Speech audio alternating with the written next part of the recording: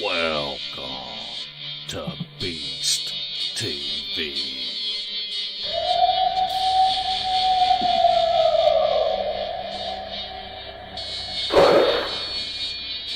What was that? You better get a fresh dip and buckle up.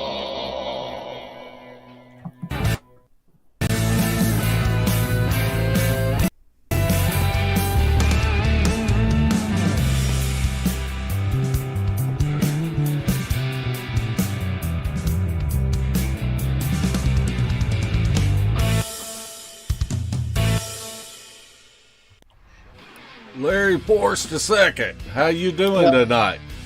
I'm doing good, Mark. How are you? I'm doing good. Guess what I did for the first time today? Ain't this a family-friendly show? Here's my hands. What did you do, Mark? I voted early. I have never voted early before. But Yeah. I don't know. You know, the lines have been long every day for this voting early. So, and we appreciate everybody coming into our chat room. We've got a bunch of people already in our chat room. If you're new to our chat room, we want you to feel free to jump on in. The water is fine, and we are happy that you are here with us. Larry, I'm pretty excited about this show. Yes, sir. Me too. We got a great guest tonight. You may have seen him on Spike TV, Animal Planet, Discovery. You may even seen him on the big screen from Amazon Prime. He's got documentaries up there. You may have even seen him out on tour playing with his band. There ain't no telling. But our guest tonight is Stacy Brown Jr. Him and his father shot some of the most famous thermal footage in the Bigfoot community. And we'd like to welcome Stacy to the show tonight. How are you doing, Stacy? What's up, man? How are y'all? Good. Doing good. We lost your camera there. Oh, no. Welcome to live TV. Yeah, right. You bring me in and we lose the camera. Hold on 1 second. I don't know why it muted itself, I guess. Do you got me now? Yeah, we got you.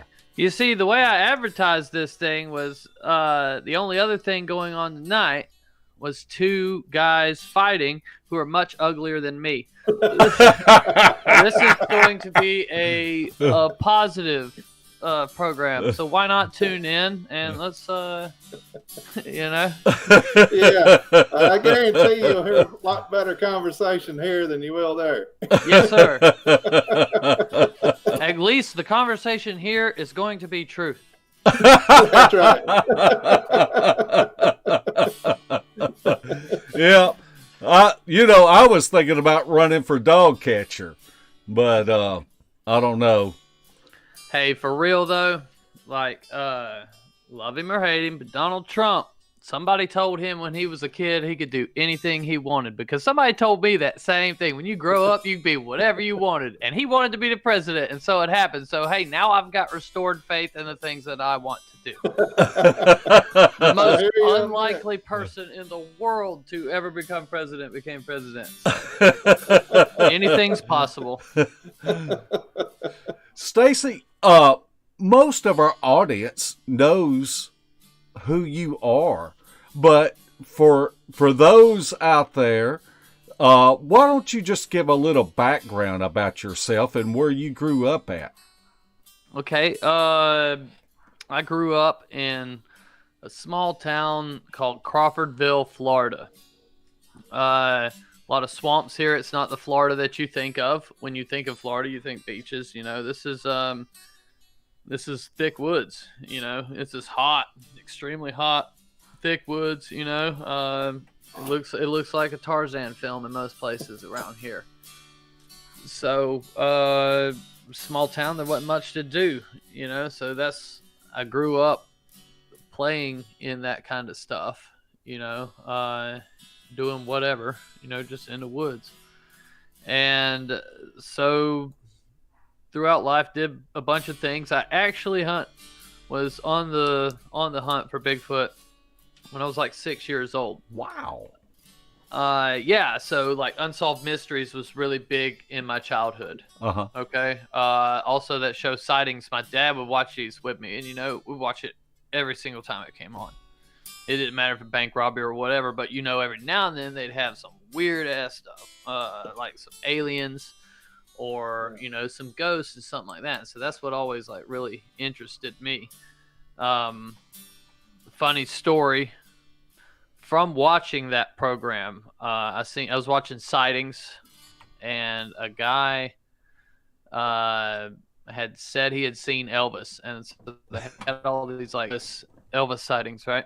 Uh-huh. And they did a computer-generated model of his face, what he would look like now. And there was some woman like, and I just looked out my back window, and there he was sitting on the steps. and so, okay, I'm like 7, maybe 7. I may be younger than that. I'm like in between 5 and 7. We go to the junior food store, is what it was. It was like a gas station, but it had a little bit more, but it was still small, and it's in the middle of nowhere. Went down there and got an ice cream. Come home. We pull up in the yard, and I'll never forget, we were in this Cutlass Sierra that my parents had, right? And my sister gets out the car to go inside. My mom and dad are in the front still. And Dad goes, hey, what's that on the roof? Well, I was following my sister out at the time. And the second that came out of his mouth, I jumped back in the car and shut the door and was like locking it. And so my sister doesn't know what's going on. So she's screaming, trying to get into the car. And she's shaking the door handle, And my dad's like, whoa, what is going on? And I swore when he said, what's up on the roof, Elvis Presley was sitting up there. That's the first thing that popped into my mind. And because I was scared of Elvis. They made Elvis out to be like a cryptid or something, like Elvis is going to come and get you. Yeah. And when they showed his face, he looked so old and haggard and scary, to my little 6-year-old mind or whatever. And so, yeah. That's what happens when little kids watch that shit. So I had a very traumatizing experience with those shows. Larry, I got an idea. Maybe we should go out tracking Elvis and see if we can cast some tracks.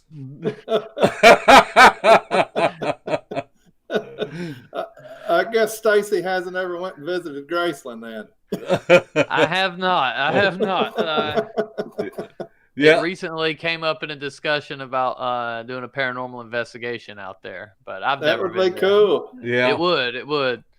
But anyway, so life went on. I was interested in Bigfoot. I thought Bigfoot lived on the vacant lots across from us, the wooded lots there.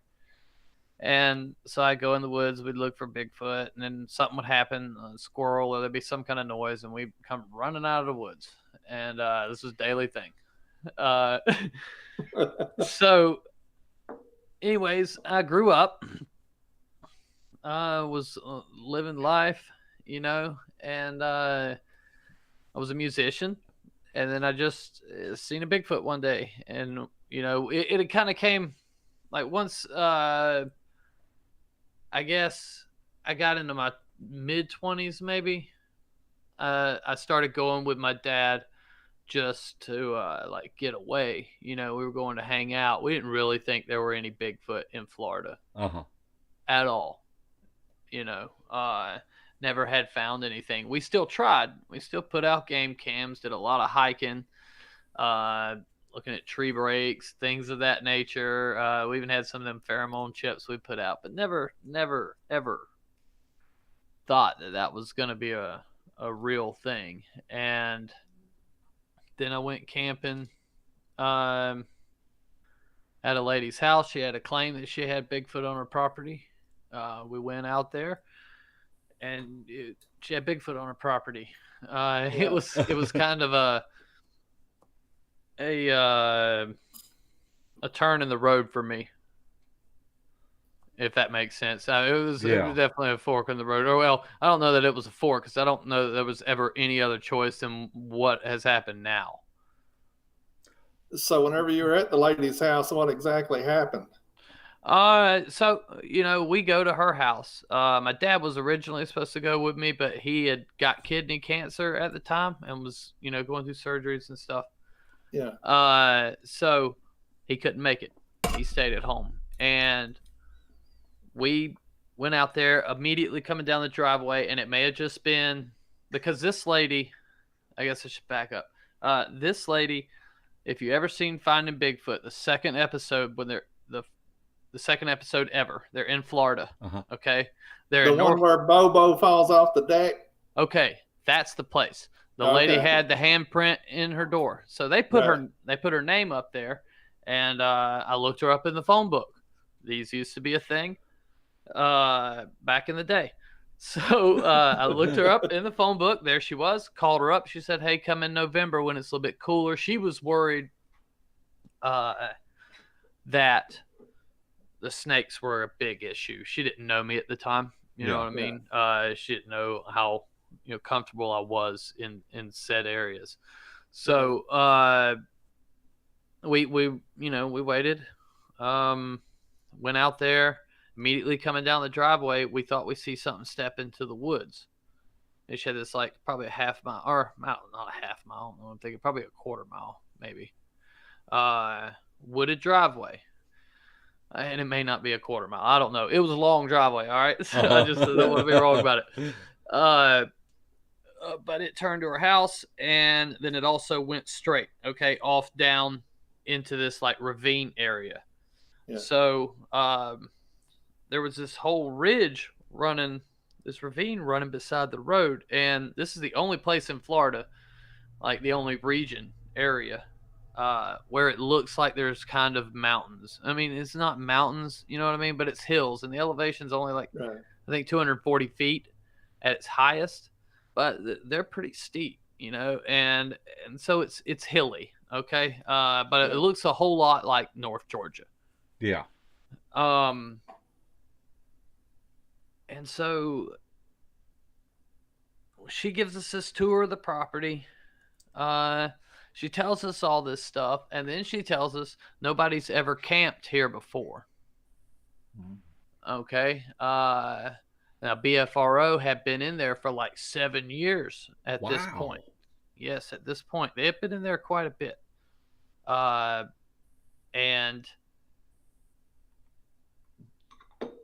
I guess we shouldn't talk about those things. There's there was some drama with that because not. I went into an area where I wasn't supposed. I was supposed to ask them, BFRO, supposed to ask them guys permission before I went to this property. Is how the one guy put it to me. Oh. Yeah. I don't do good with those things. We don't either. Anyhow, so we're out there, and she tells us, nobody's ever camped out here. So we're like, cool, we're the first ones. Did not believe there was going to be no Bigfoot out here. We're doing some stuff. We walk around the trails. We sit down over this one ravine. There's a little creek down in it. And on the other side, we're looking at this heat signature, okay? Uh-huh. And so I got one of these thermals. It's like the electrician thermals. Right. You know what I mean? It's got the screen on it. So we're looking at it. Can't really see well, but you can see there's something there trying to hide behind a tree and doing a really terrible job because it's 4 times bigger than this tree is. Right. It was okay. The one stupid Bigfoot is out here. But no, me and my buddy's sitting there, and it was November, so there were these hickory nuts, I think is what they're called. They were falling out of the trees, and they started falling uphill at a good velocity. Right. You know what I mean? They were getting thrown from the other side, and we noticed that, so we left. because we could see something there. And it was, we assumed we were getting stuff thrown at us. And so we left, and she had told us that don't use flashlights. Like, don't shine the flashlights around in the woods if you want them to get close. Well, of course. Okay. Hey, I want to see the Bigfoot. I don't really believe in Bigfoot at this point. I mean, I do, but I don't think I'm about to encounter one by no means. Right. So we get back to camp, and the thing followed us, right? And so it's walking around. We're staying on a hill, and so it's kind of like walking around the base all night, just like breaking things and huffing, and like just making noises, and it's scaring the bejesus out of us, because here's the thing: you can hear footsteps, right?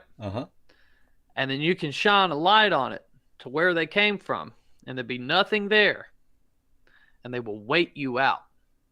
Like, I got mad at one point because I would get up and be like, all right, I've had enough, and I'll shine the light, nothing there. Nothing there.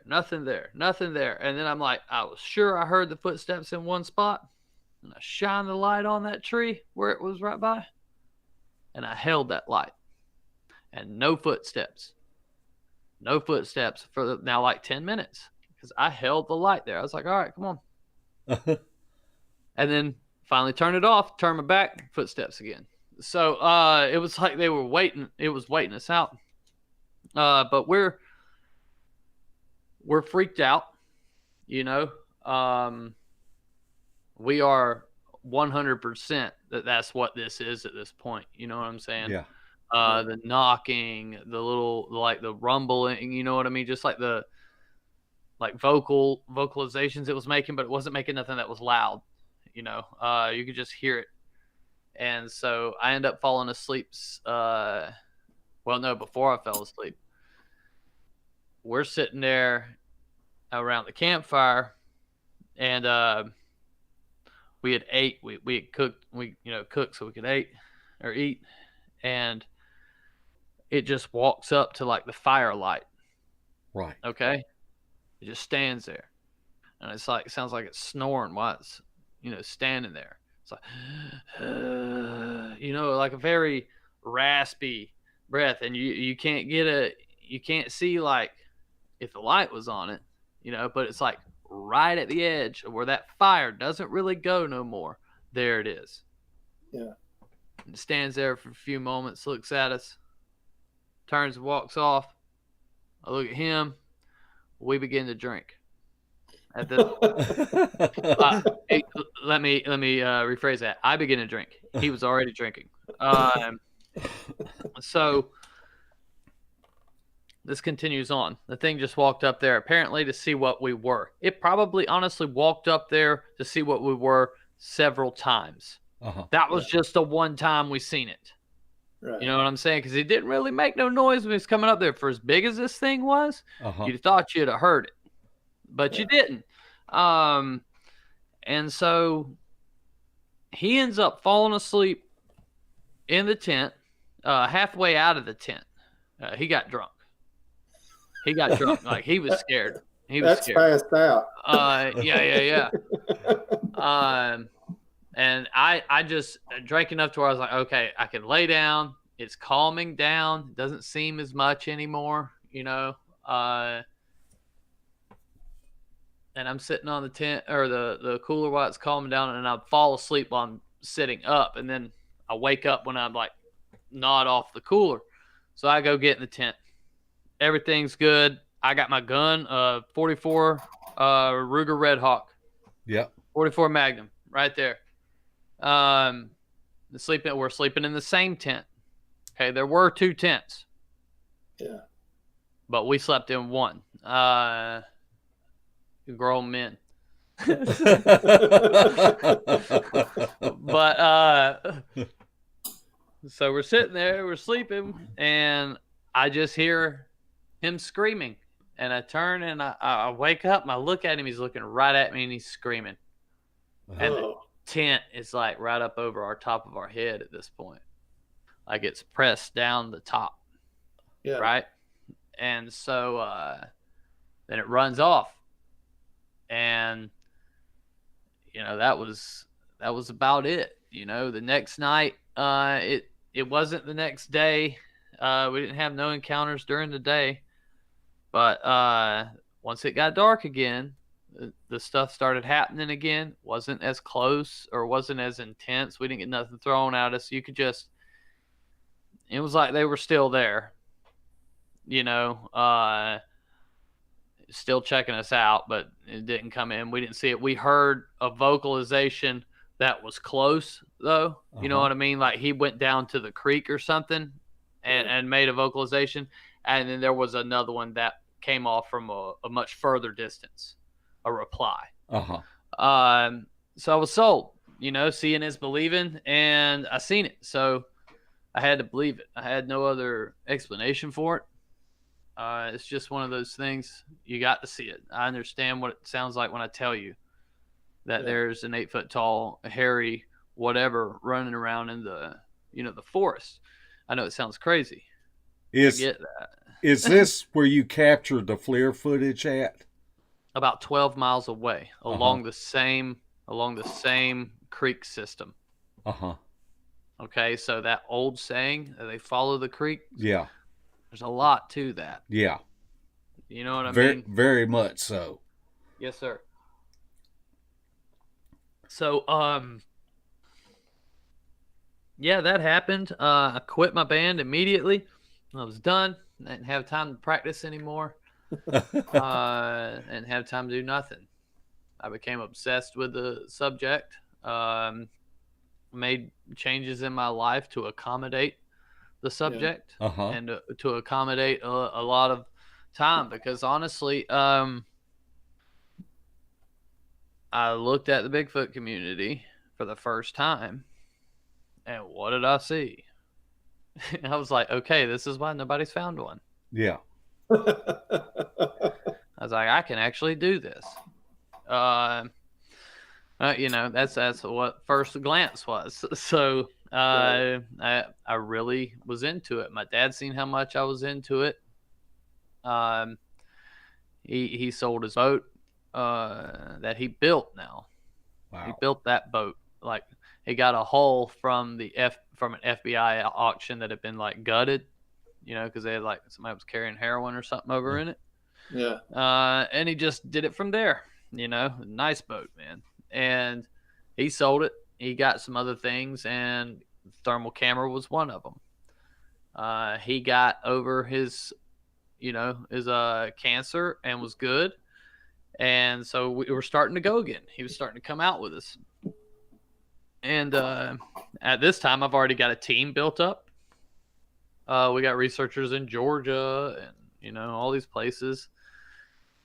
And so we were just more or less, I was working one Tuesday evening, and he hit me up. He's like, hey, you want to go camp tonight?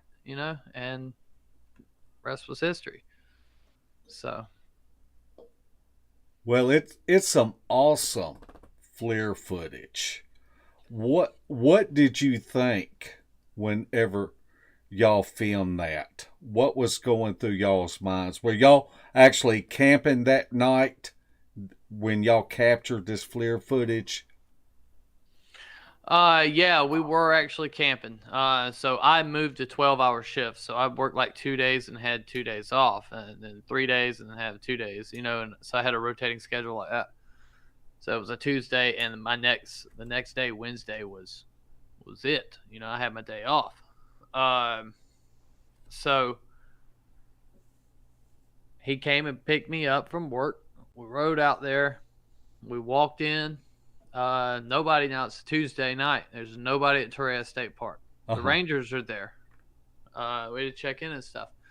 But we walked down to the Rock Creek campground.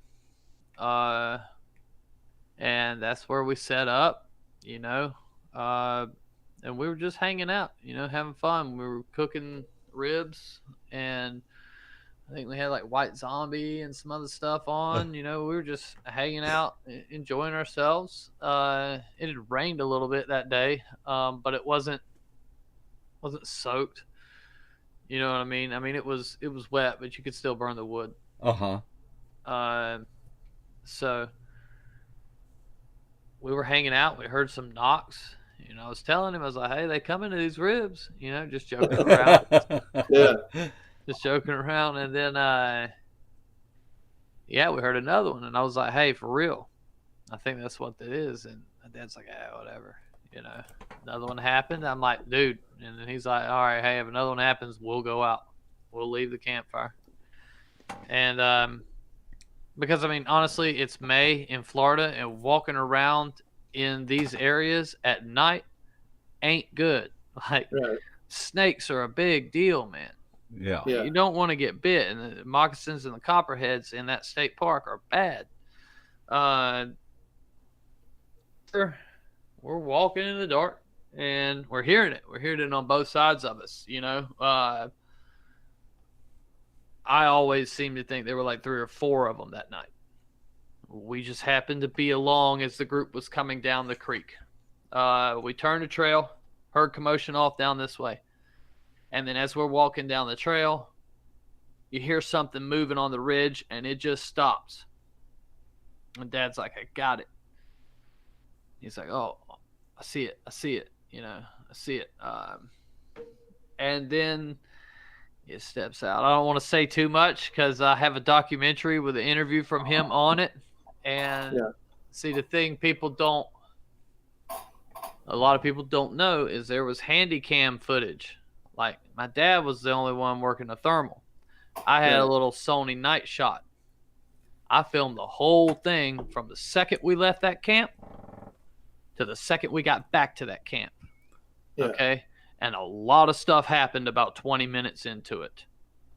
You know what I'm saying? And I put that's in the Skunk Ape Lives, the documentary that's out on Prime. You know, at first he thinks it's a coon. It's slightly hanging out. You know, then it's hanging out the other side, and then it's hanging out both sides, and it just steps out and it flips him out. You get to see that on camera. He's pretty scared because it went the way we were coming, Right. and that was the only thing we were seeing with. You know what I mean? We had a little flashlight just to shine the ground, like a red headlamp thing. It wasn't bright for nothing. You click on the white, it wasn't no better. And I don't even remember what. I know his flashlight he had was like red, so I don't know that it clicked to white because I know it never did. But the camera went dead. Everything's like shot out. You know what I mean? As soon as that thing walks off, camera goes dead. The only reason we got that footage is because that was an external DVR, and that didn't go dead. Because the thermal that we had didn't record internally. You had to record through the hot shoe. So you had to run like an auxiliary cable into an external recorder. You know, it was a process to do this back then. I say back then like it was a long time ago, but like in the technology and the price it is now, it's back then because this stuff cost so much back then. Right. Now you can get basically the same thermal for $500. You know? Yeah. But yeah, so he flipped out because it was going that way. I flipped out because he's telling me to get my gun, and I don't even know what in the hell he saw. Right. Like, I didn't see it when it happened. I didn't see it till we got back to the truck, and there was no batteries, and it was done. He was done. He was done at that point. He wasn't ready to come and stay back out there. You know, and he went squatching still after that some, but you know, my friends would often ask him, "Hey, when you gonna come out there with us?" And he'd tell them, "I know what's out there. Right. I'm good right here at the house." So was this his absolute first experience? Oh yeah. You see somebody on camera become a believer. Right. There's nothing else to do. So you have 2 options, okay? there's somebody out there naked in the middle of the woods. And hey, when I tell you we're a mile into the woods, we're a mile into the woods. Okay. It doesn't seem far, but like Torreya State Park's already in the middle of nowhere. You're a mile from the pavement, I guess is a better way to put it. We're a mile from the pavement because we were still, like a 45-minute drive to the nearest store. Just there's nothing just right around the corner. And so we were down there, and so it's either, a Bigfoot or somebody watching us at around 12 o'clock on a Tuesday night. Yeah. Like, I don't know what's scarier. That would probably bother me more. You know what I mean? But the thing that flipped him out is that he was, watching it look at us. And it was dark, dude. It was dark. There wasn't no seeing your hand in front of your face, and this thing was looking at us with no lights on. We didn't have no lights on. I had my hand up on his shoulder. Now, maybe it saw the infrared light coming the little bit, because that handy cam only lights up about, maybe 5 to 10 feet, right?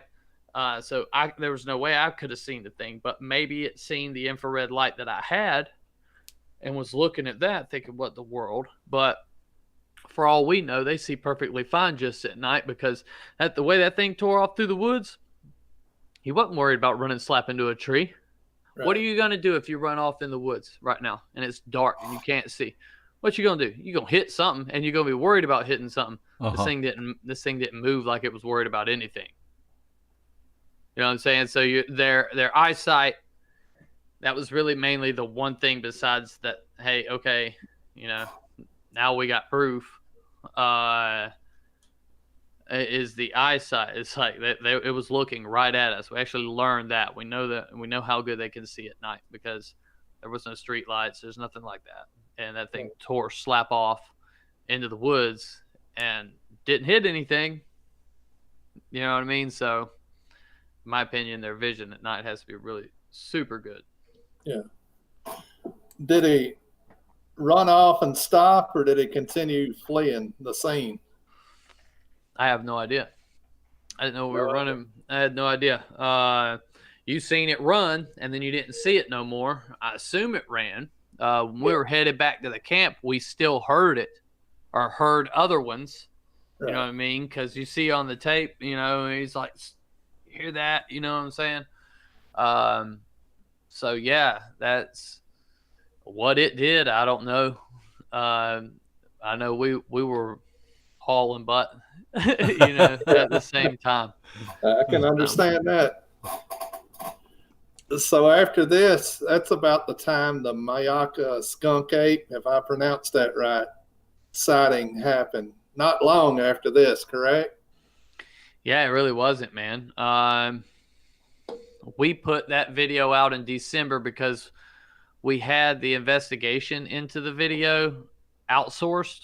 We outsourced it to Cliff, and he worked on that thing with the measurements that we were taking from the site for him from May, or no, because I don't think we handed it out till June. I think we sat on it for a month trying to think, well, what are we doing with this,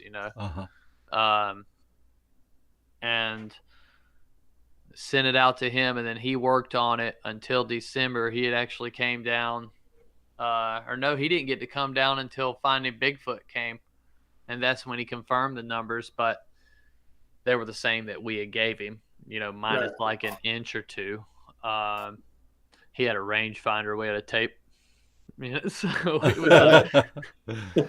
was, so that we put that out in December. So he premiered it at the FLIR conference in November. That was pretty cool. Me and Dad got to go down there, meet Cliff, and watch his presentation. And it was slap full of people that were, I don't know, it was like a big ritzy conference. It was like a ton of rich people. You know what I mean? It's like, I'm from the county. They weren't there to see Bigfoot. Yeah, they wasn't there to see Bigfoot. And then it came up, And it was really amazing hearing from some of those guys, Right. because that's another thing. I never asked none of them to go public or talk about it, but they would talk to us because he introduced us, pointed us in the crowd and stuff, and there were people talk to us and be like, "Hey, I don't know what you filmed," because when he did his numbers, he came up with his height. So that came out in December, and we felt it was important to get somebody else besides ourselves to do it. Yeah. You know what I mean? Because I could tell you if I filmed it that it's 8 foot tall all day long, but it looks a whole lot better if somebody else comes up here and tells you this stuff. You know what I mean? Somebody that has no horse in the race. Right. You know what a I'm third saying? party. Exactly. But yeah, so the Myakka thing that rolled around, that happened in that was April. So December is when we released it, and then I think late March, maybe 1st of April, that video got filmed. Yeah. So. And then you got hooked up with Bill Brock somehow. Yeah. So we went down there and met the guy and did an investigation into it. And then it was like the biggest thing in the Bigfoot world at the time. Like Bigfoot Evidence was blasting it. We were going down there and doing videos, video updates, going live and stuff. And there was a ton of people watching. There was like 60,000 people watching this, which was ridiculous. You know what I mean?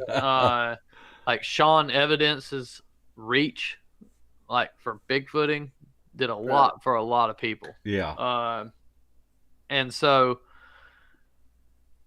yeah, Bill comes down 2 weeks later. I sent out a mass invite for anybody that wanted to come and help me find this thing because it was still there. Other people were seeing it. Okay. We had encountered something. I couldn't quite say it was a Bigfoot yet, but we had also got like a bunch of knocks and a bunch of vocals.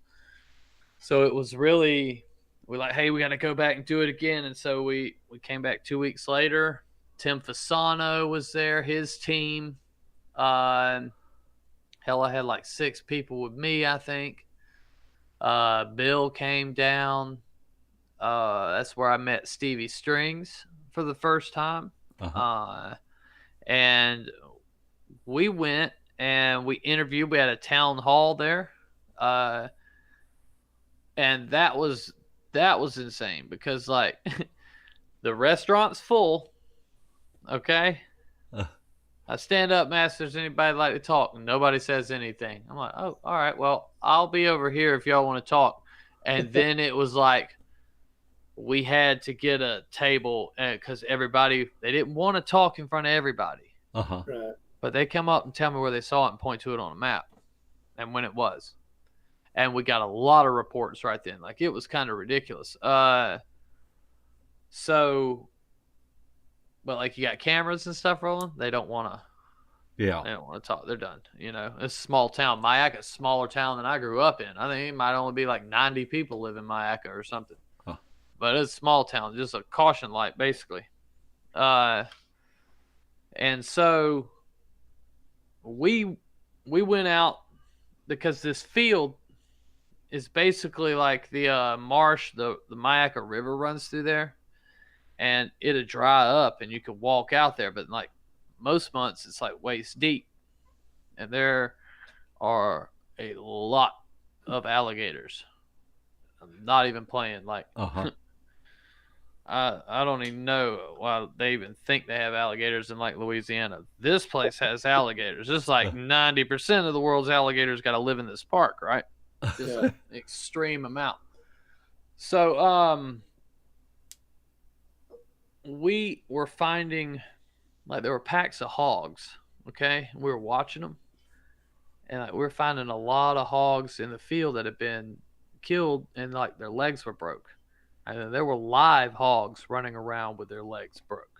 Wow. You know what I mean? And that was odd because we were watching different packs. So basically, we're like, hey, it's probably staying in them woods. I can't remember what. Oh, yeah. I don't even know why I drew a blank there. Michael Falconer, the guy that filmed it, he lives right down the street from the park, and he knows the park like the back of his hand. Apparently, if you look in the video where the Bigfoot's running through chasing the deer, the woods behind it, there's a trail back there, or a road that runs in there. He drove down there and like smelled urine really strong. They got out, they walked around in the woods or something, but somehow he came to this tree that like there's a ton of urine all over it, right? And for whatever reason, he believed it was, Bigfoot. Yeah. So we're like, okay, hey, it might be staying in there. So what we were gonna do, that road runs all the way out to the lake because there's like a big lake there. The river runs into, and then the river runs back out of it. And what we were gonna do is just form a line and push through, and then turn and come back, and then just go, and everybody had thermal cameras. Every single group. Bill Brock and Stevie Strings up front. Josh Watson and Emmett Kessler, probably 50 yards away, and then myself. Okay? All of us had thermals. We're pushing through. I told Bill, I looked at Bill. I said, hey, you hit record right here, this button, because see, after the footage came out, remember Facebook Find Bigfoot? Uh-huh. Yeah. Them yahoos? They sent me a bunch of equipment after the footage came out. They're like, oh, hey, go get more. And they sent me a lot of stuff. So, I had some disputes with them guys because they were going to put my footage out. I don't know what these guys were thinking, but they had it. I let them see it. But I told them they couldn't put it out till Cliff put his thing out first. And they 2 weeks earlier were like, hey, we're going to put this new video out tonight. And I hit him up. I said, what video are you putting out? He's like, oh, well, we're going to put yours out. And I'm like, yeah, no, bud. No, you're not. I was like, oh, dude, I will drive to Chicago. I know where you're staying at. Yeah. I got your address on this box, bro. And I was very colorful in my language with him, which, it is what it is, but don't do that. Don't. Right.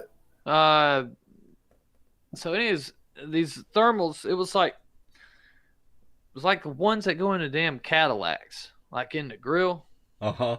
So it had a little self-made handle on it, a long cord, and it went into this ammo box, and there was a battery in there and a DVR. And I told Bill, I was like, hit record right here. When you walk into the woods, hit record. I don't care if you don't do anything else, hit record. They walk into the woods. They ain't in the damn woods 5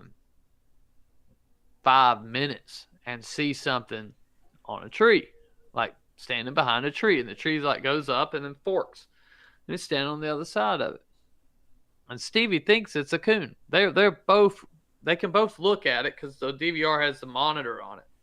This camera that Bill's holding has no monitor. It has to be hooked to one. So they're looking at it. And Bill's like, hey, go on over there to it, man.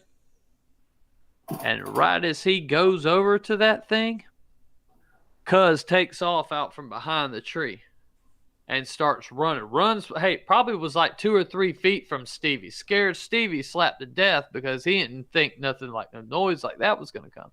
So Bill sees it. It runs. Josh and Emmett are hearing this thing come through the woods, and they're looking at it, but their thermal does not record. It takes pictures. So they're trying to take pictures, right? All you can see is because it almost ran over them.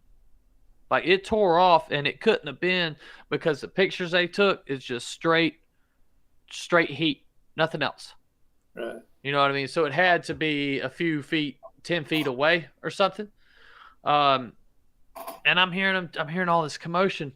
It's coming. I'm like, what in the world is going on? And I've came into this palmetto clearing. There was a little bit of a clearing, and I was just squatted down Sitting there waiting. I'm hearing this thing is barreling right towards me, and then it stops and heads east. It heads east. So I guess it smelled me, or I don't know. But for some reason, it never came through them palmettos. I was about to defend myself from whatever come through them palmettos. So, and it made quite the noise. It turned, it ran, it crapped all over the place. Wow. We collected that, and that was the encounter. And the great thing about it was Bill Brock did not hit record when he went into the woods. Oh, well, we had Bill on here a few weeks ago. We should, if I'd known that, I'd asked him about it. Has it got any better since then, Stacy? Oh, Bill's still Bill, bro. This dude comes from Maine, right? He comes all the way from Maine, and he is wearing these like sandals. Yeah. Bro, we were out in the marsh grass. He's got cargo shorts, a hoodie, and sandals, and we're out in the marsh grass. Like, have you ever been to Florida? Well, that marsh grass, there's gators and hogs and snakes in that stuff, man. That's why we got pants and like snake boots. Yeah. And then he kicks a stump or something. He kicked a root or something and like laid his toenail back. Whoa. But he's like, yeah, I can't feel my feet that well. I didn't know. And I'm like, wow, man. So like he just trucked along like no big deal. And I was just thinking, man, you're in so much danger right now. Like, there's actually Africanized bees there, too. Uh-huh.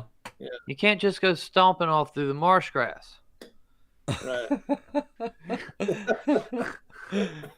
Within a year or so, there'll be black mambas there or something. No, don't say that because, like, we were there and Ringling is there, okay? They're in Myakka City. Or they were. Anyways, 3 tigers got out one time. We were down there in the woods, and then the guy that we were meeting, he's like, oh, hey, yeah.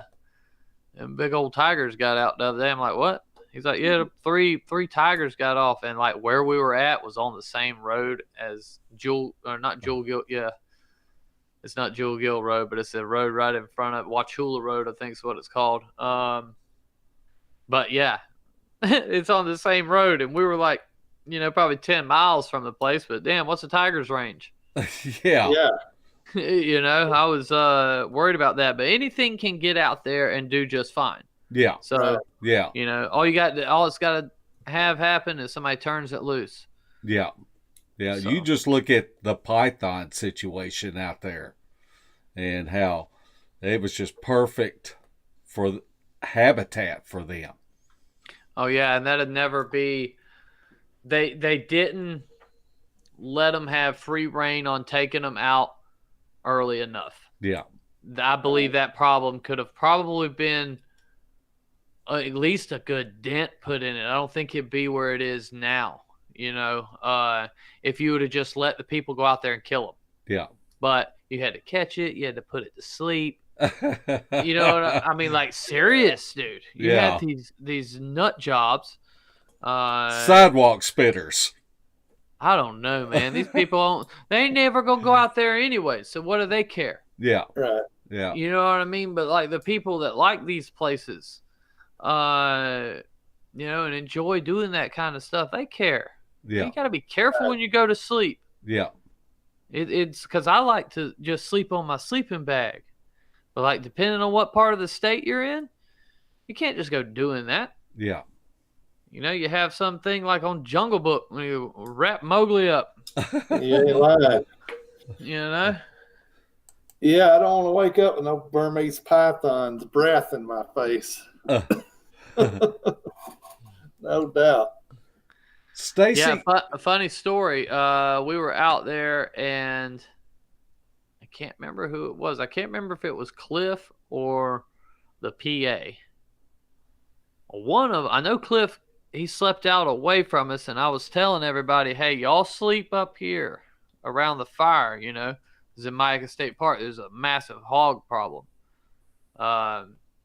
and I believe me and Cliff, like, actually, I think that one that me and him saw earlier that day probably weighed about 350, 400 pounds. A massive hog. It just looked like a tree stump. But a hog had come up to one of them. I can't remember who it was, but it like, I don't know if it grabbed their foot. I think that's what happened. they started screaming in the middle of the night, and the hog's running off. And I was like, "Yeah, dude, you gotta get up here. You gotta get up here on this fire." Stacy, tell us about what projects that you are working on now, because you've got quite a few things that is going on. Yeah, I like to stay busy. So right now, I've got a few movies on Prime. Roswell movie I made. That was my first thing I did. My first movie I did. And then I made a movie, My Journey with Monsters. It's a film about a guy in North Carolina named C. Wayne Wilson. Do you know of him? I've heard of him. Okay, well, he's a very interesting person. If you like, some people can't. He believes like he takes pictures and then sees things in them. Right. You know what I mean?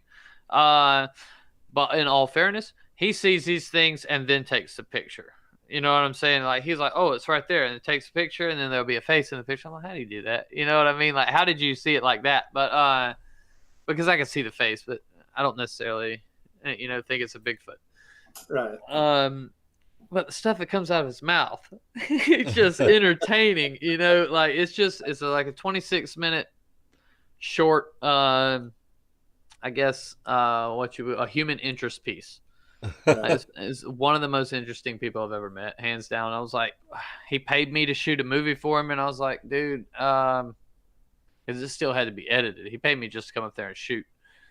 And I was like, hey, why don't you, I'll just edit this for free if you'll just let me make it a certain way. Because he's so enjoyable to be around. I mean, whether you believe him or not, and he's going to talk about that stuff. And then, he says some things that make you wonder, but it was fun. So then I just released The Skunk Ape Lives, which is basically, I guess, the only skunk ape documentary there is. I don't know. I haven't never seen another one, but it's my last. It's like all my research I've done so far. It's the good stories from that, the evidence, the weird things we've found, the historical, everything I've found out about the skunk ape in the last 8 years, piled into an hour-long film. Yeah. It's got interview with my dad. He talks about from his point of view, and it's got the handy cam footage in there. So people love it. I'm really shocked that it's got the reviews it has, that it's got the views and the rentals that it has. Like, I never thought it was going to get anywhere near that many.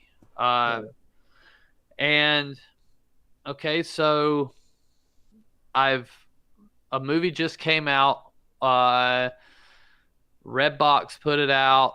It'll be in Walmart soon, apparently. But it's with Tom Green and Les Stroud, and it's called Interviewing Monsters and Bigfoot. I got the poster up there. They've changed the title a few times.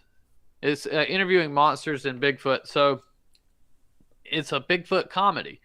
I got called to play myself. They gave me a lead role after I filmed my scenes, and they're like, hey, we want you to be in the movie, the rest of the time. So funny story, because Tom Green was like one of my idols growing up. Yeah. You know what I mean? Like, he came out when I was like 13, 12, 13. So like, seeing Tom Green, my bum is on your lips, because that was off the chains. So this guy calls me up and he's like, hey, I want you to be in a movie with wow, why does my camera keep doing that? You're back. Yeah, I don't know what happened. It just keeps muting itself. So anyways, a guy calls me up. He's like, hey, man, want you to be in a movie with Tom Green and Les Stroud, and at the time Jerry Springer was on board. Really? That's a motley crew. Yeah, and I was like, whatever, you're bullshitting. It's like, you're lying. Ain't nobody wanting me to be on there.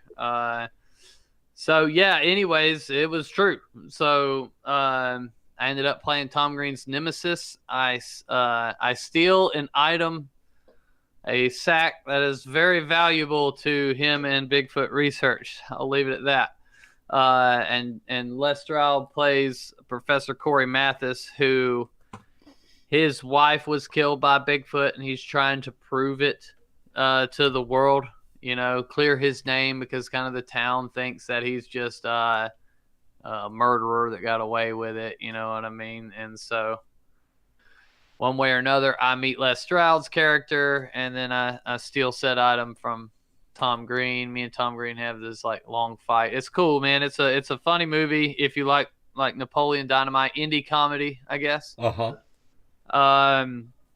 It's on Amazon. It's everywhere, any streaming service, and it actually will be in the physical red boxes, I think, next month. Right now it's just Redbox streaming, but yeah, you can see me on the poster.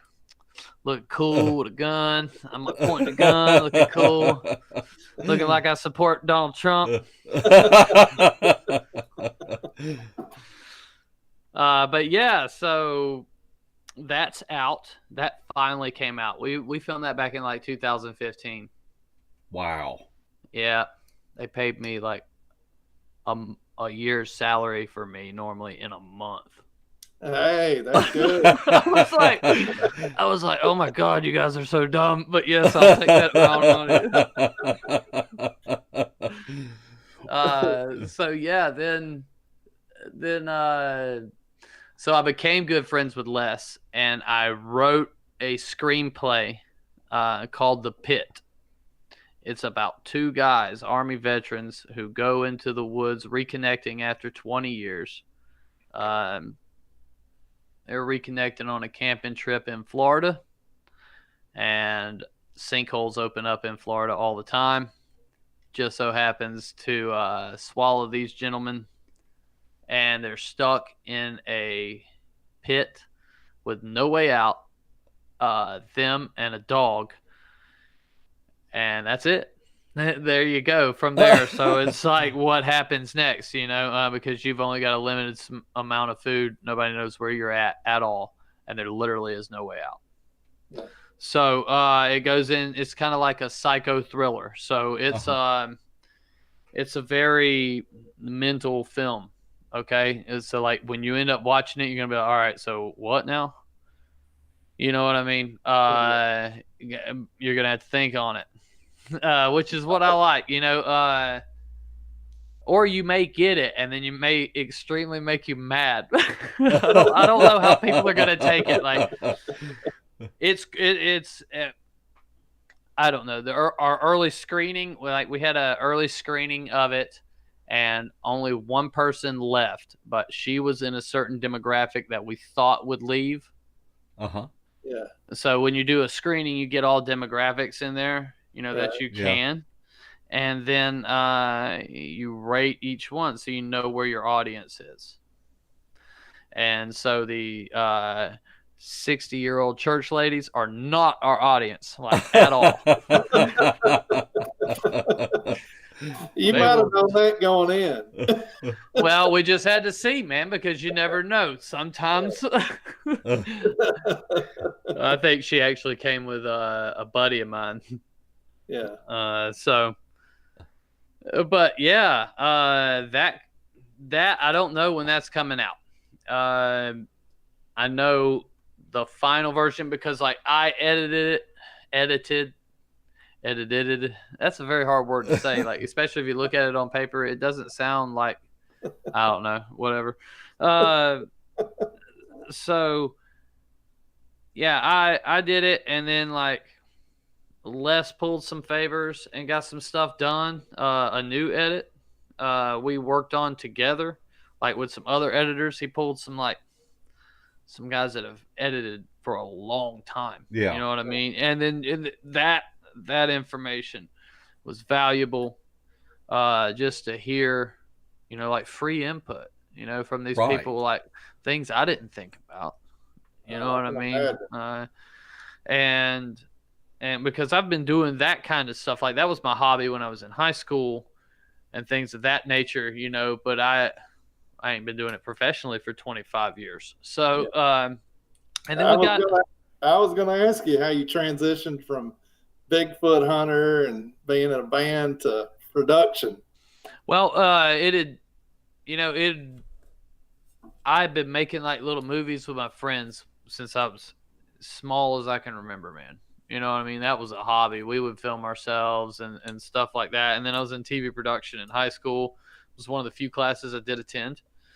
Um, and so kind of got out of it when I had kids and stuff. I still messed around and made little things here and there with my band, but then I just went for it one day and said, "Hey, let's make some movies," and started doing it. And it was I won a Kia car commercial. That's what it was. Yeah. They had a commercial contest up here in town, and I had just shot a movie called Creatures, right? And that was about the place where I had my encounter. It was about that couple. It starred Russell Accord from Expedition Bigfoot, myself, and then like everybody else pretty much played themselves. But that movie never came out. Long story, and yeah, so long story there. That never came out. Ended up doing Roswell, but there was this car commercial contest in town, and I gotten pretty good at editing while I was working on that movie that didn't get to come out. And I filmed a commercial about a Bigfoot stealing a car from somebody, and won $5,000. And I was able to get all my gear and purchase things and stuff. And then I was just like, boom, off to the races. So That's pretty cool. Yep. And besides the pit, which the pit may be released on Valentine's Day. It depends on if we sign this. We got a worldwide distribution deal sitting on the table. It's not really one of them things where they pay you money. It's like, we're going to advertise it for you. It's going to cost this much dollars. This is where we're going to spend all the advertising money and stuff. And, you make a percentage. But it's in every country around the world. So if we do that, it probably won't come out on Valentine's Day. If we put it out ourselves, it's definitely coming out on Valentine's Day. I'm really excited to have that one done because, that one was so much went into that, building the props and the cave. Like, you can't film in a cave in Florida. So my dad built us a damn 20-foot tall concrete and rebar cave. Yeah.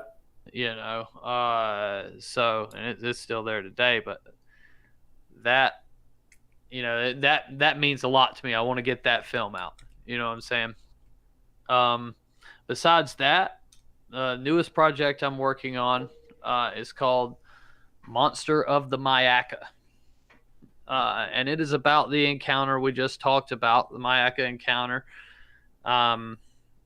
Basically, I guess Bill's wanting to redeem himself. We're wanting to see if we can encounter the creature again. So we're going to return there with quite a crew of people. There's like 6 filmmakers involved in this project. Like some legit people. Like one of the guys was a field producer for Finding Bigfoot for like 10 years. So, we're going to go down there and do it. We're going to interview some people that have seen the creature. All the interviews we got are, they're like terrifying interviews. This thing is attacking people left and right. And we got some really good ones. We're going to recreate them, and then we're going to go into the park, for like a week. And we got all this new tech lined up that we're going to use for the project. It's really, I'm hoping we can fit everything into an hour and a half. Yeah. You know what I mean? But we're going to release the teaser clip from that this Sunday. Y'all can look us up on any social media, Monster of the Myakka. We will be launching an Indiegogo campaign, seeing what we can get, because the permit alone to go into the park is like $4,000. Wow. Yeah. And so you figure at the same time, we have to have somebody color this. We have to have somebody make music for this. We have to have money for the camera rentals and things like that. So we're just seeing what we can do, what we can pre-order, and hopefully based on the clip that the people see, they will want to pre-order it. And if they do, we plan on having that one out in April. So we would actually film in the park in January. With the campaign, we got some really cool things. You can get a shirt, the DVD, that stuff. But like one of the guys, the guy that's on the clip we're going to release this Sunday, he makes custom like action figures. So like Predator or something like that, he would design these things. And so he's going to make 3 of them for the campaign of the creature that he saw. You know what I mean? So, and then people, if they want to, another perk that's on there is like me and Bill will take them hunting the Myakka skunk ape. They just have to pay for their travel down here, but we'll take them, cook for them the whole 9 yards, and hopefully, put them on one. So that sounds like a good plan. Is Bill going to be wearing sandals? I hope not, man. That's on him, though.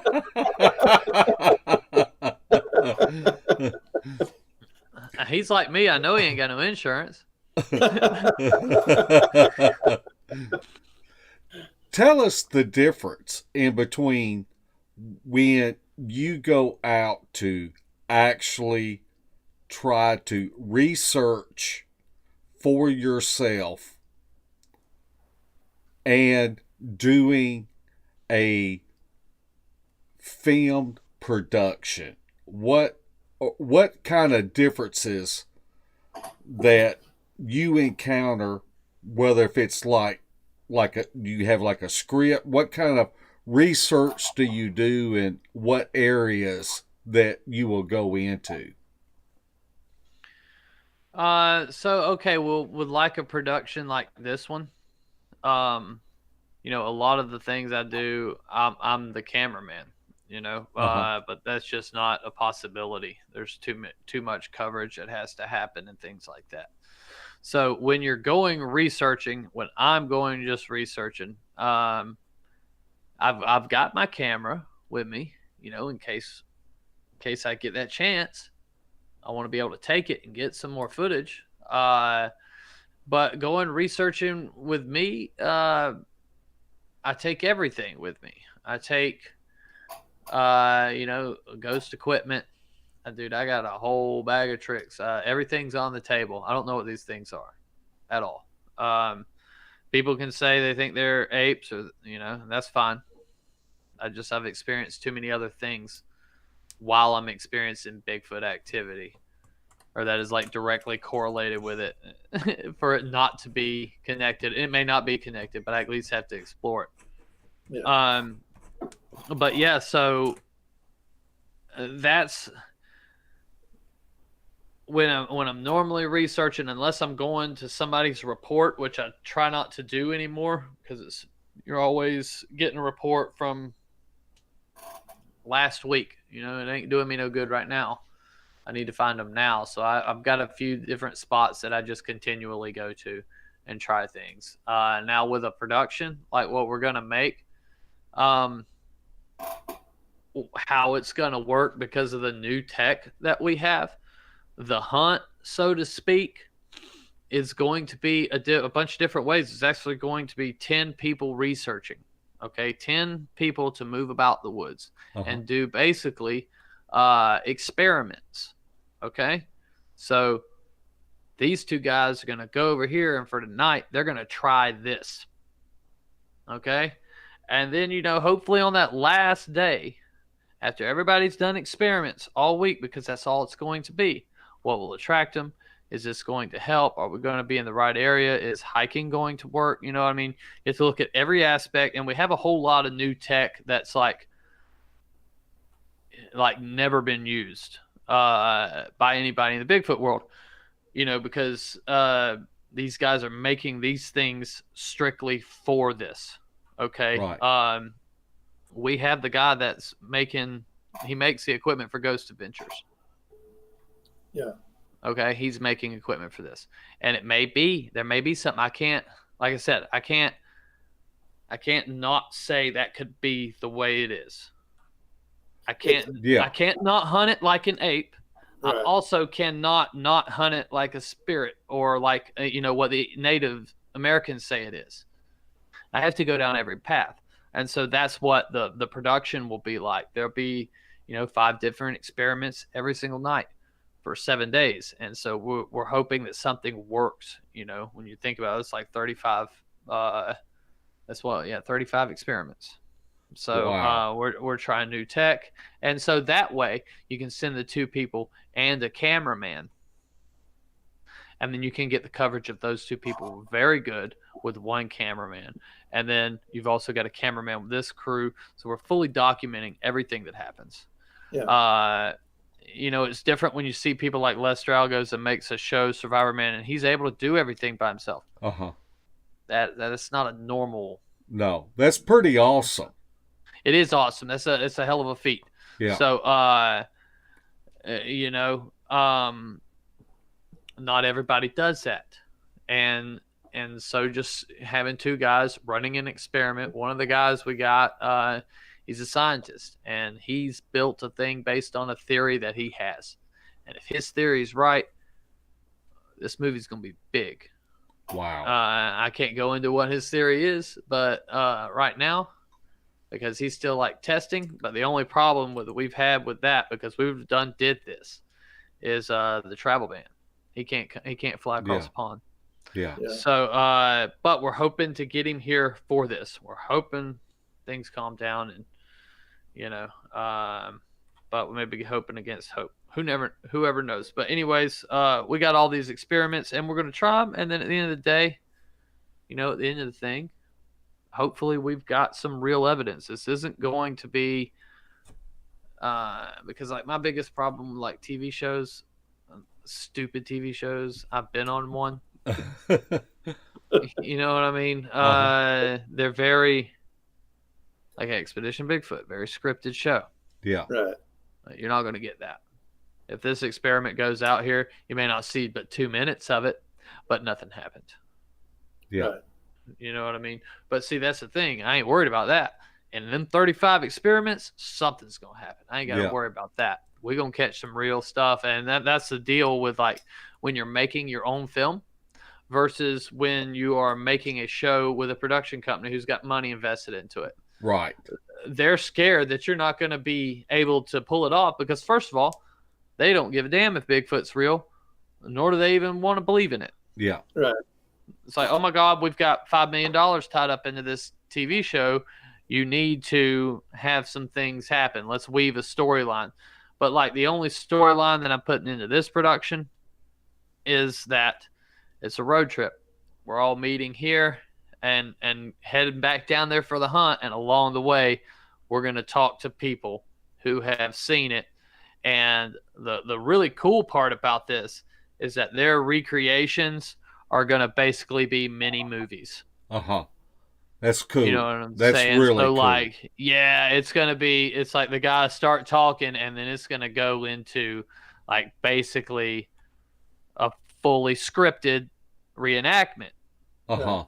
Scripted based on his story. And then he'll pop in here from time to time. I was watching Unsolved Mysteries, the new ones that came out, and I want it to rival that. You know what I mean? Yeah. Like, anybody can put their movie on Prime, and I understand it's a lot to get a movie done. And people say, "Oh, congratulations, you've got movies. That's so cool that you've made movies." But no, it's not. Anybody can do it.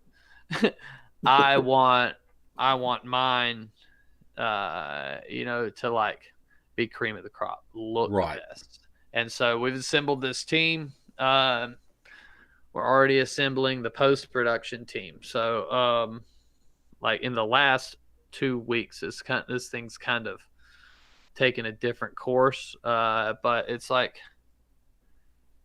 this is going to be the documentary is what we're wanting to do. So Very Sounds cool. great. Yeah. You know, when we talked to Bill,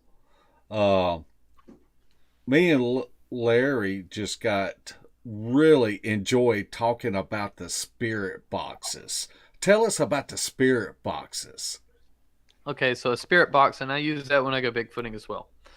Spirit box is basically a radio that sweeps through frequencies really fast. And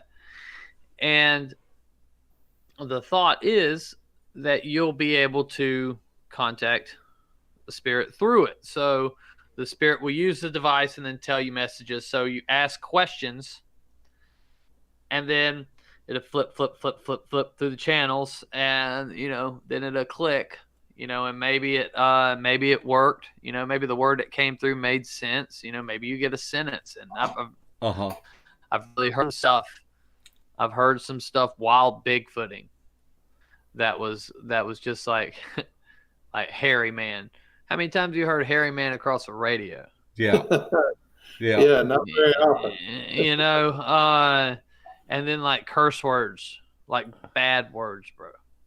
Yeah. Like the C word. Wow. Yeah, you don't hear that on the radio. You know what I'm saying? And there's another thing called the Estes method. So basically, you have a guy, and you try to do sensory deprivation, I guess, best you can. You put noise canceling headphones on him, a blindfold, and he's the only one here in the spirit box. Okay? It's sweeping through the channels, and then you're like 10 feet away asking the questions. And so he says every word that he hears. And when he answers your questions, it's really hard to not believe Wow. that there's something manipulating that box. Yeah. And it doesn't happen all the time. And the reason I use it for bigfooting is because I know there's a lot of people that say mind speak telepathy is something Sasquatch uses. Maybe they do. Okay, they haven't done it with me. So this is my medium to try to talk to them, because maybe for whatever reason, you're not going to be able to talk to me like that. Now, I don't know. I know Les told me that they spoke to him telepathically, and I believe him. And I don't think he's crazy. I don't care what anybody says. I believe him. Yeah. But unfortunately, it's not happened to me. And I'm trying to put myself in that position. So I'm using these tools to more or less help me communicate. Because I figure if they can communicate like that, then they should be able to manipulate this box. Speak through this box to me. You know what I'm saying? So I try that. And those are really, really cool. They're good to have until like you're actually talking to something, and then it's like, why am I doing this right now?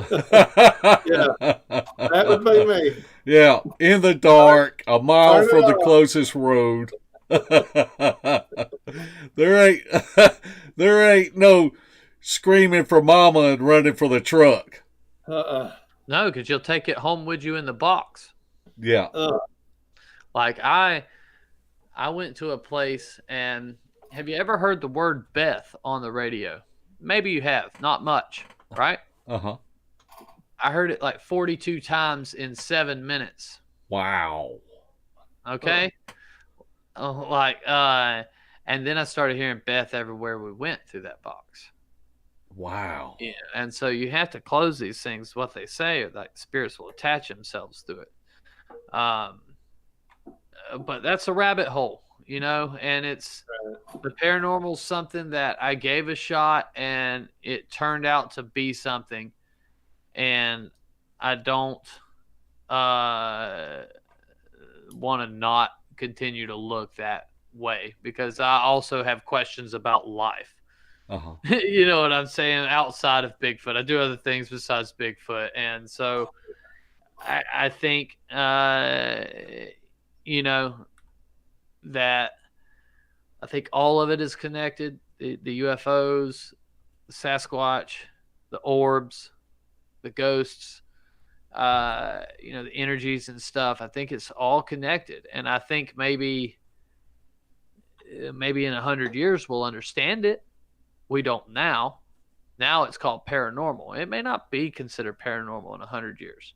I think 40 years ago, they were never telling us that aliens existed. They just told us last year, this year. You know what I mean? Year. Yeah. When they said, we got vehicles that were not made from this earth, that says it, okay? They couldn't be any more clear about it. And so I think people that see Bigfoots, this is what I'm finding. People that see Bigfoot, they also see UFOs. They've also had ghost encounters. Next time you talk to somebody that's seen a Bigfoot, ask them. Just humor me. Just humor me. You ain't even got to tell me. Just ask them. I promise you. They'll be like, oh, yeah. And so now you have to look at that, okay?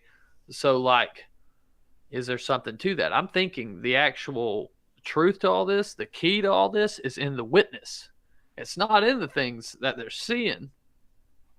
You know what I mean? But what is it about this person that's making them different? And so you've been in the woods your whole life and never had an encounter. Well, damn it. I've been in the woods so long and I've had multiple encounters. I'm not crazy. Why am I seeing them and you're not? Yeah. So it goes back to my dealings with Wayne Wilson. He says, now this is theory, he says people are on different frequencies. Some people see certain things that others don't. It don't mean they're crazy because, I'm colorblind. If you see something that's red, I'm going to see it as green. Okay? It doesn't mean I'm wrong. My perception of the situation is just different than yours. And what if you can put that into use, that same thought with everybody else? Like, what if that's what it is? The people that are really seeing these things are seeing all the things for whatever reason. And then we got to find out why that is, So that I think is going to end up being my life's work, trying to figure that enigma out, because I 110% believe it's most likely all related. Very interesting. Yeah. It's interesting. Yeah, it is. It's a rabbit hole. Yeah. But it's just I'm finding a lot of people, man. I had one lady who had a Bigfoot encounter and she had never saw nothing else, but she hadn't seen a Bigfoot. So I was at this week-long live stream event at the Lizzie Borden house, right? I'm exhausted, dead exhausted. And I seen a person who wasn't there. I asked about that person, and they're like, "Who are you talking about?" Because the night before we had Lizzie put on trial, so there was a lady there dressed up like Lizzie. Well, we were in the basement. And there's Ken DaCosta and Bill Brock, and this other guy that puts on Salem Con, and they're all talking. And there's this lady standing right behind them, with her hands behind her back, just sitting there, and she's in the period clothing. And she's listening to him. And so I turn back around. We were on in 10 minutes. So I had to get my rig together. And I had a massive rig that I'm wearing while I'm filming and stuff. It had an encoder on it and batteries and lights. And it was a mess. So I get set up and we're about to go up there. And I ask the guy that's put on Salem Con. I'm like, hey, man. The thing that happened before that. I was looking for a loop on my belt, and I went all the way upstairs to get Bill and brought him back down. And I'm like, hey, man, where's this loop? And he's like, it's right there. And then it turns out the loops don't come off. So I was really confused about that.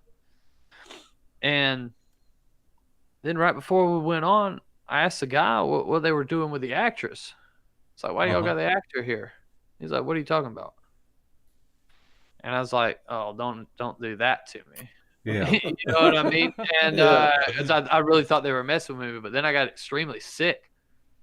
like a few moments after, like pale as a sheet, had to go outside, and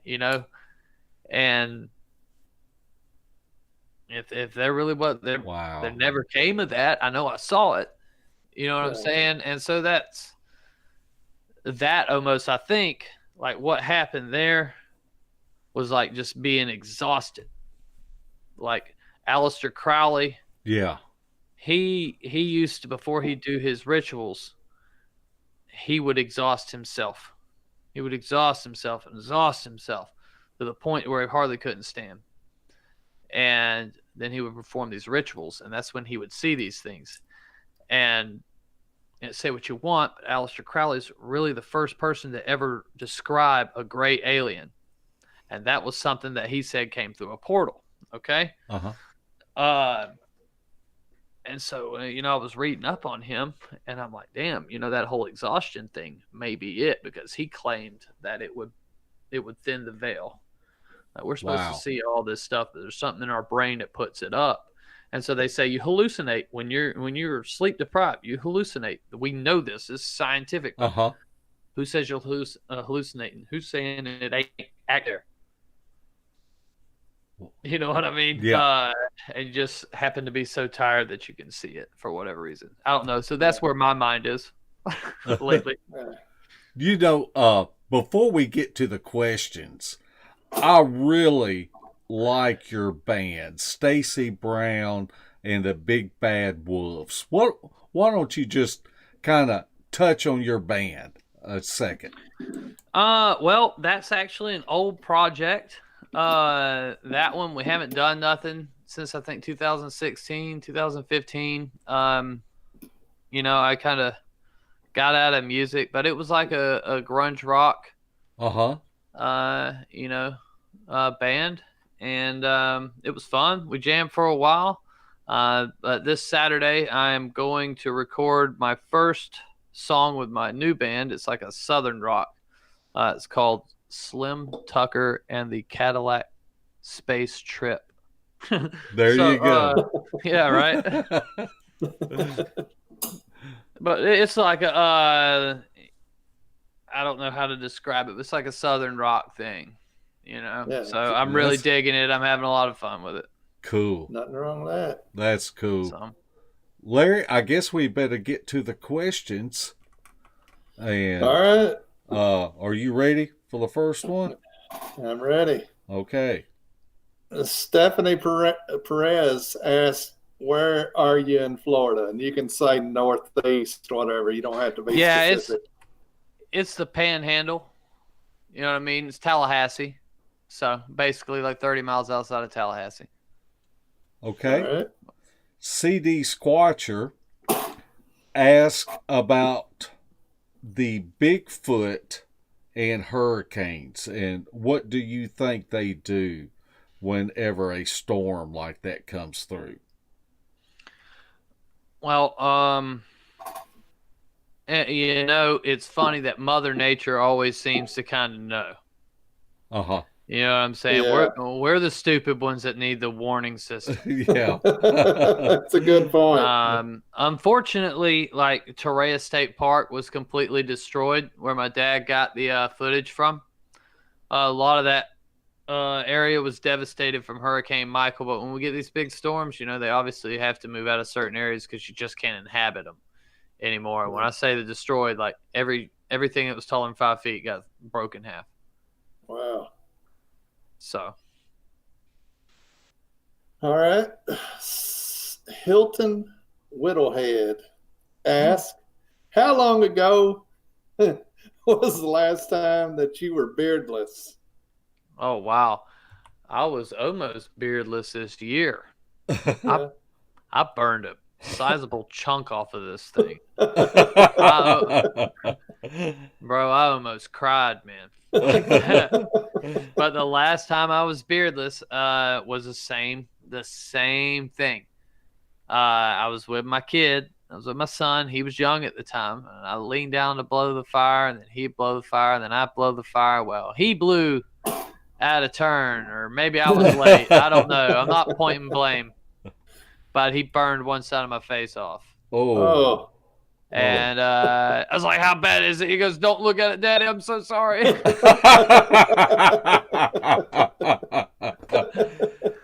And so I shaved it off. That was probably 2012.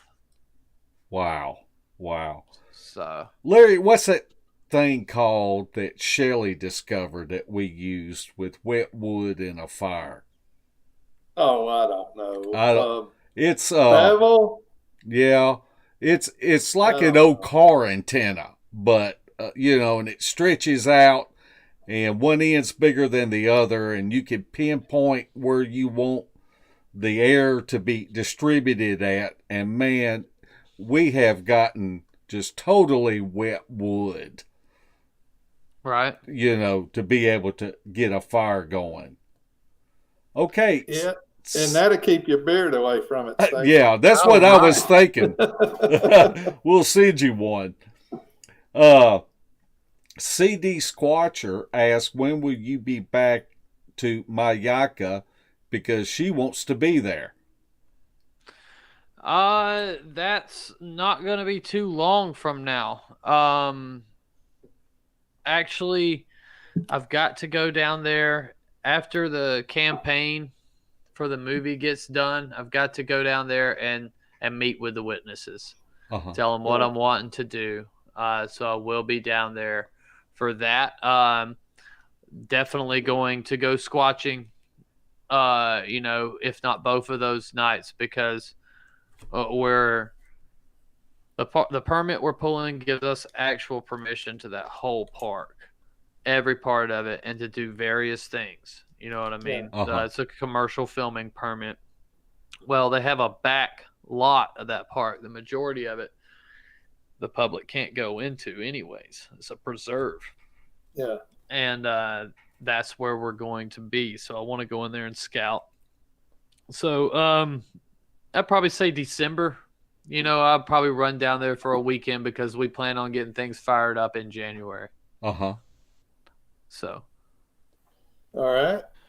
Well, Jeff Townsend, he just recently had a sighting. He said he saw a dog man, and he's wondering if you've ever seen one.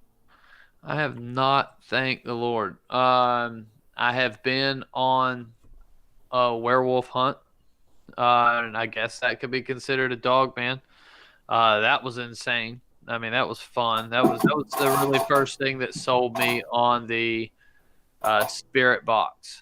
So, but no, I've never seen a dog man. I've talked to people that have. Yeah. I am going on a dog man hunt here soon in Mississippi. So there's a guy who owns a bunch of property there, and every single person on that ranch believes these things are real. And I hope it's not around Taylor. what'd you say? What name? I hope it's not around Taylor, Mississippi.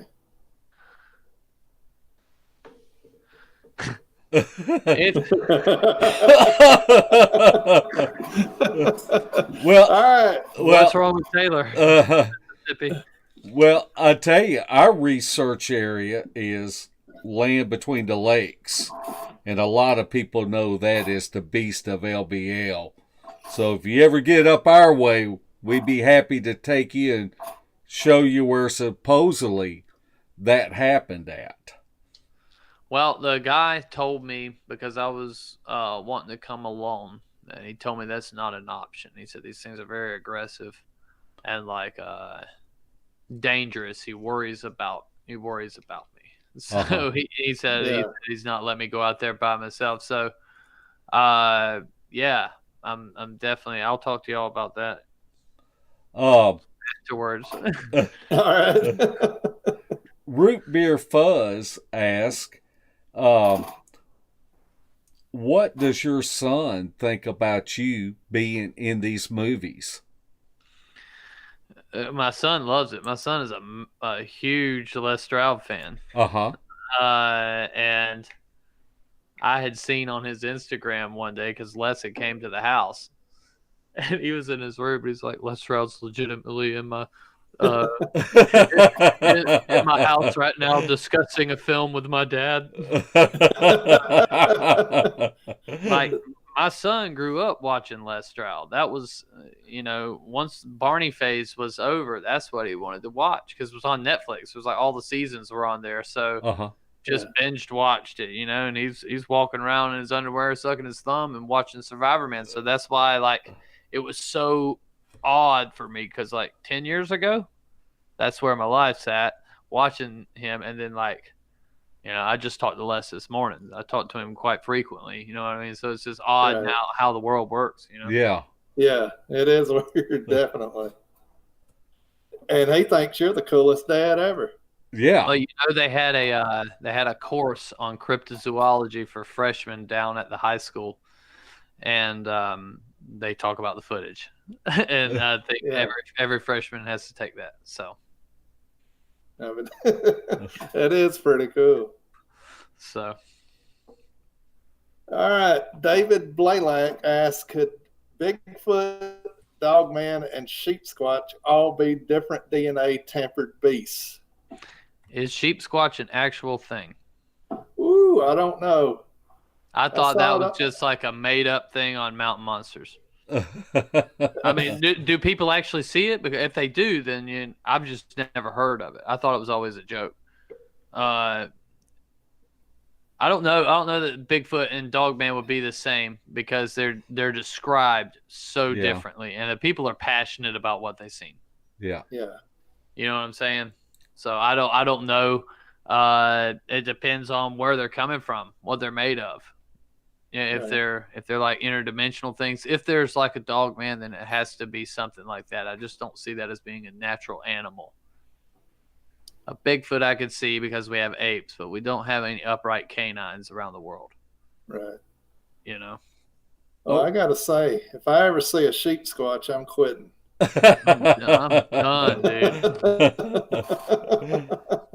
Okay, Ray Dahl asks, what is your take on the underground or cave dwelling theory?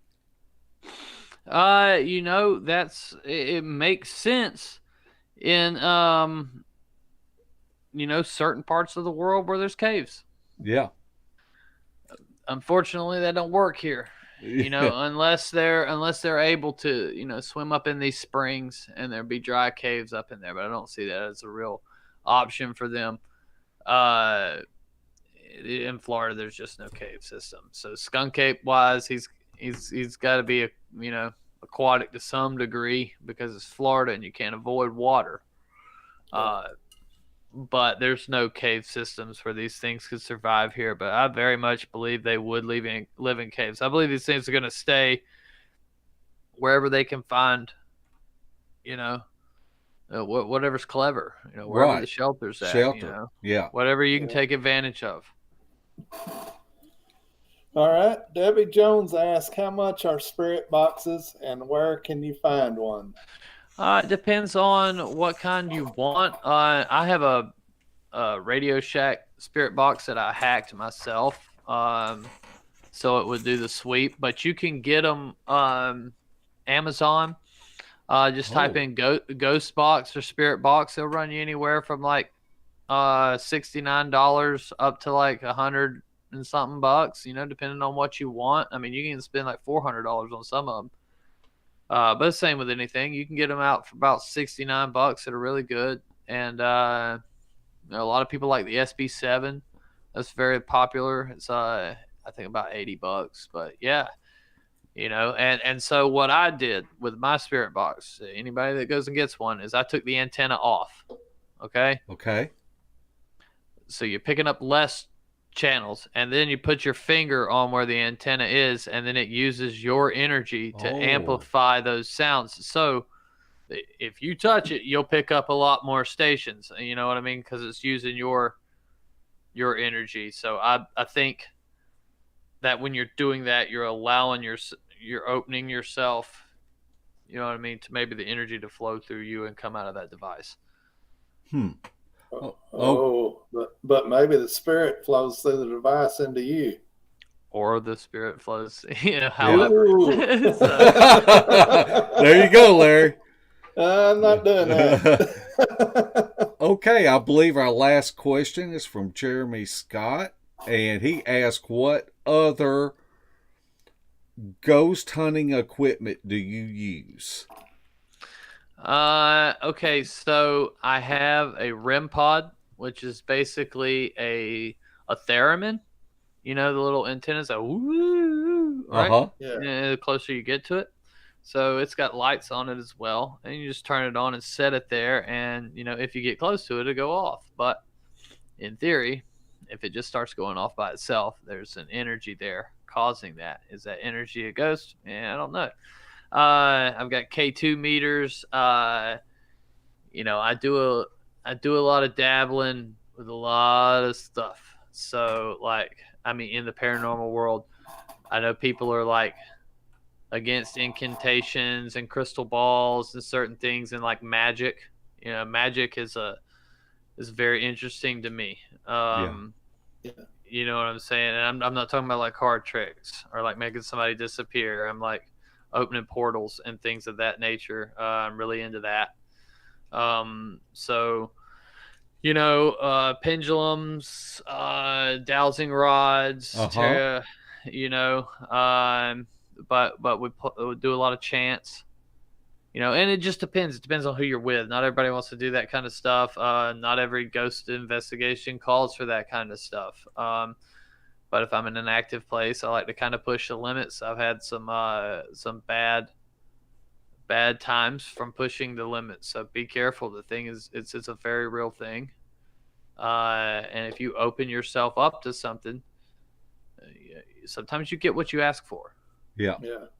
Just make sure you know what you're asking for, Yeah.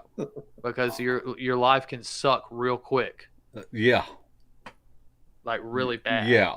So, yeah, there's one place I have no plans on ever going back to. So, you know, it's very something we did had a very adverse effect to what we thought. You know, because I mean, hey, if this stuff is real, I want to see it. Right. If your voodoo works, all right, cool, just show it to me. I want to experience. I want to see it. I mean, oh well, you know, hey, I know some Satanists, Luciferians, that claim they can conjure demons. Okay, conjure one. Yeah. Let me see it. I want to see. I want to see the demon. I want to know it's true, because hey, I'm just trying to figure out what my reality actually is. You know, and I know a guy that he's a very, very intelligent, one of the most intelligent people I know, that actually believes this is all a matrix. It's all a simulation. Uh-huh.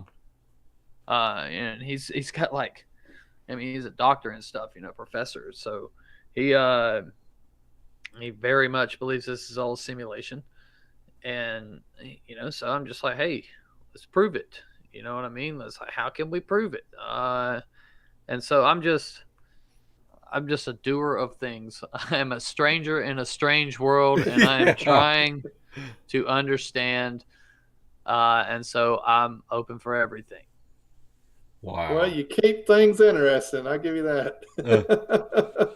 I tell you, I have really enjoyed talking to you tonight, Stacy. It's really been interesting, and I know me and Larry have been following you for years, and so it's really been a pleasure to have you on tonight.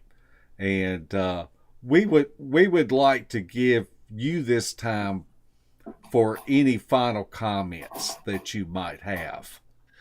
Well, I'm always doing something, whether it be paranormal or whatever. I'm always doing something. Like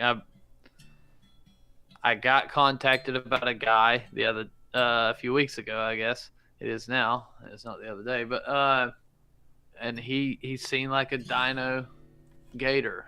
It's like a 25-foot alligator, and he's a gator hunter, and so like I'm going to go do that as well. So I do all these things, and you know, I have a YouTube channel, Bigfoot Stacy. Look me up. So you'll get Bigfoot videos there, you know, because I'm a Bigfooter. You may get a music video or two.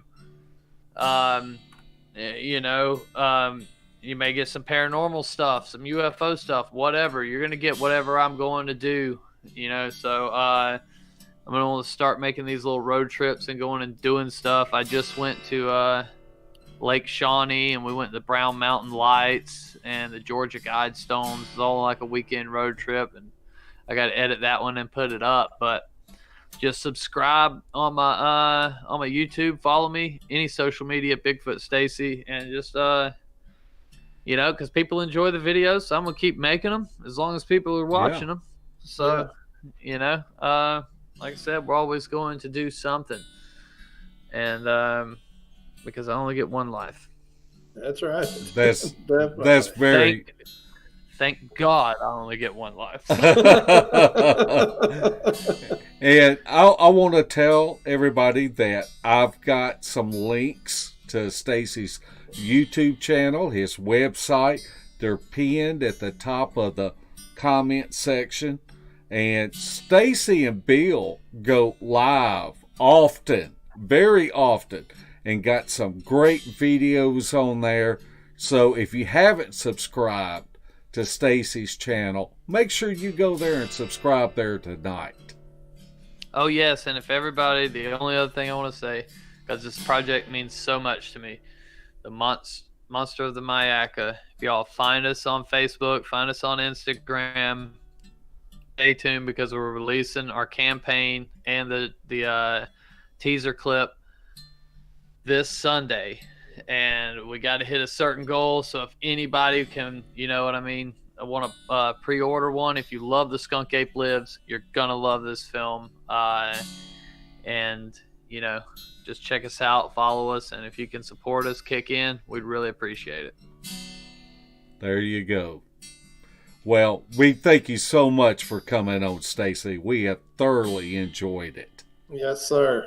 Anytime, guys. Y'all just hit me up. Stay in touch. We'll do. All right. Take care. We'll All do. right, bro. Larry? Bye. Bye-bye.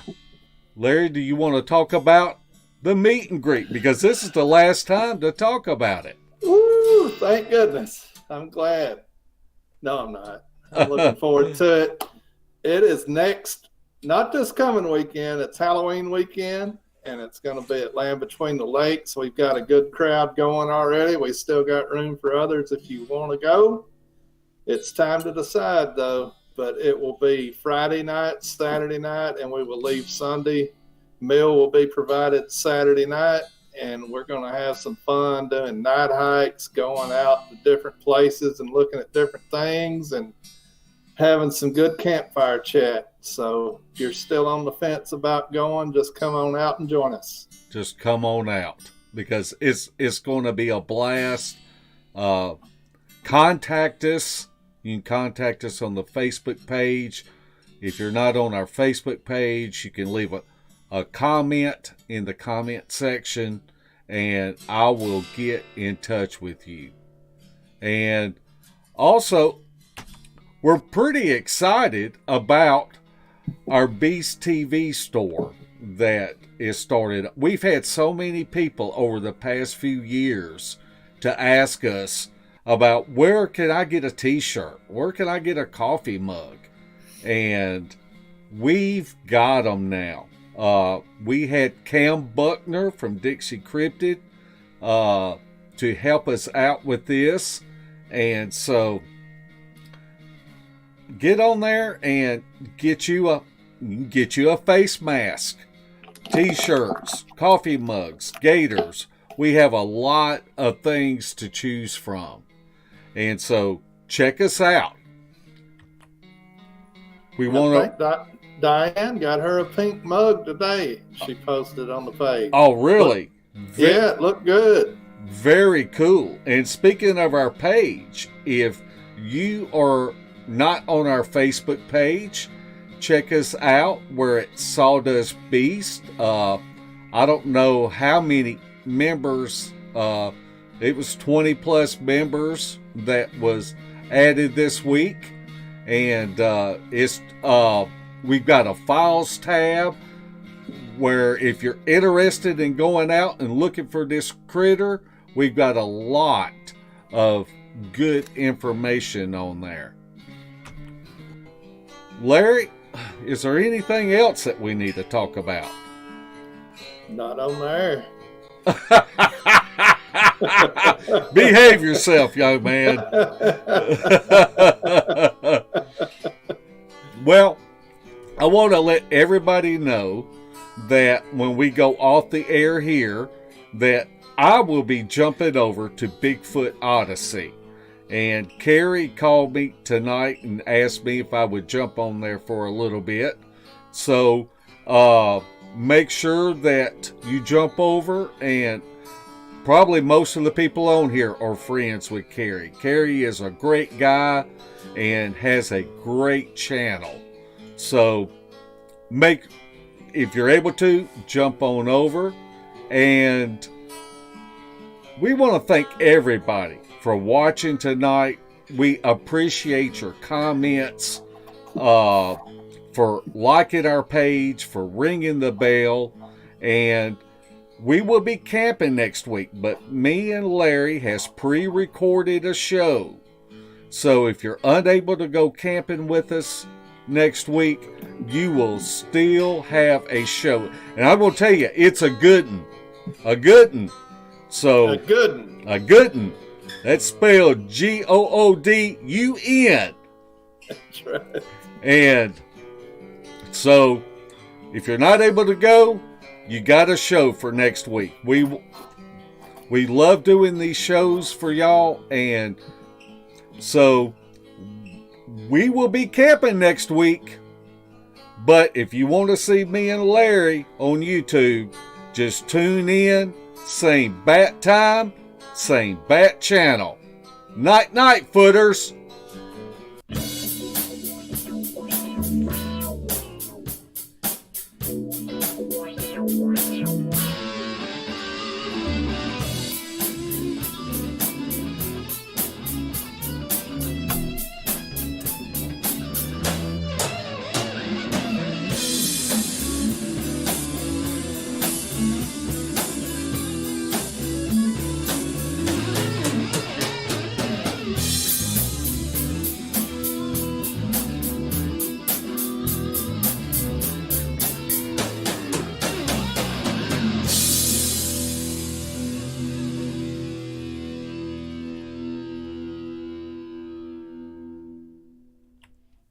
This has been a Sawdust production.